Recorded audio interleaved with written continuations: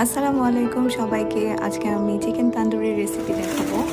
অনেকেই আমাকে বলে আমি কেন রেসিপিটা মুখে বলে দেই না। আসলে আমার ভিডিও বানাতে ভালো লাগে, বাট ভয়েস ওভার দিতে আমার ভালো লাগে না। তো অনেকের রিকোয়েস্টে ভাবলাম আজকে আমি রেসিপিটা মুখে বলে দেই।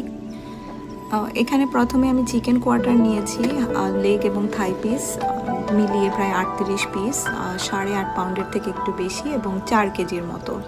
চিকেনগুলোকে একটু চিড়ে নেবেন যেন মশলাগুলো ভালো করে ঢুকে। তারপর এক এক করে মশলাগুলো আমি দিয়ে দিলাম আদা বাটা, রসুন বাটা, টক দই, লবণ, গোলমরিচ গুঁড়া, চিনি, জয়ফল গুঁড়া, পাপরিকা, ধনে গুঁড়া, জিরা গুঁড়া, লাল মরিচ গুঁড়া, বেল পেপার এবং কাঁচামরিচকে আমি ব্লেন্ড করে নিয়েছি, লেবুর রস, তান্দুরি মশলা যে কোনো ব্র্যান্ডের নিতে পারেন পুরো 1 প্যাকেট, অরেঞ্জ ফুড কালার নিয়েছি কালারের জন্য। তারপর ভালো করে মেখে একটা কয়লাকে আমি ভালো করে পুড়িয়ে নিয়েছি আগে। তারপর মাঝখানে ফয়েল পেপারের উপরে দিয়ে একটু ঘি দিয়ে দিব। এভাবে কয়লার একটা সুন্দর ফ্লেভার আসে। তারপর আমি ঢাকনা দিয়ে ওভারনাইট ম্যারিনেট করব।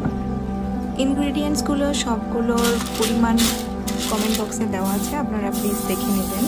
পরের দিন আমি এরকম ট্রেতে পার্চমেন্ট পেপারের উপরে অলিভ অয়েল স্প্রে করে নিয়েছি। তারপর সবগুলো মুরগির পিস এক এক করে দিয়ে আমার 2 ট্রে হয়েছে।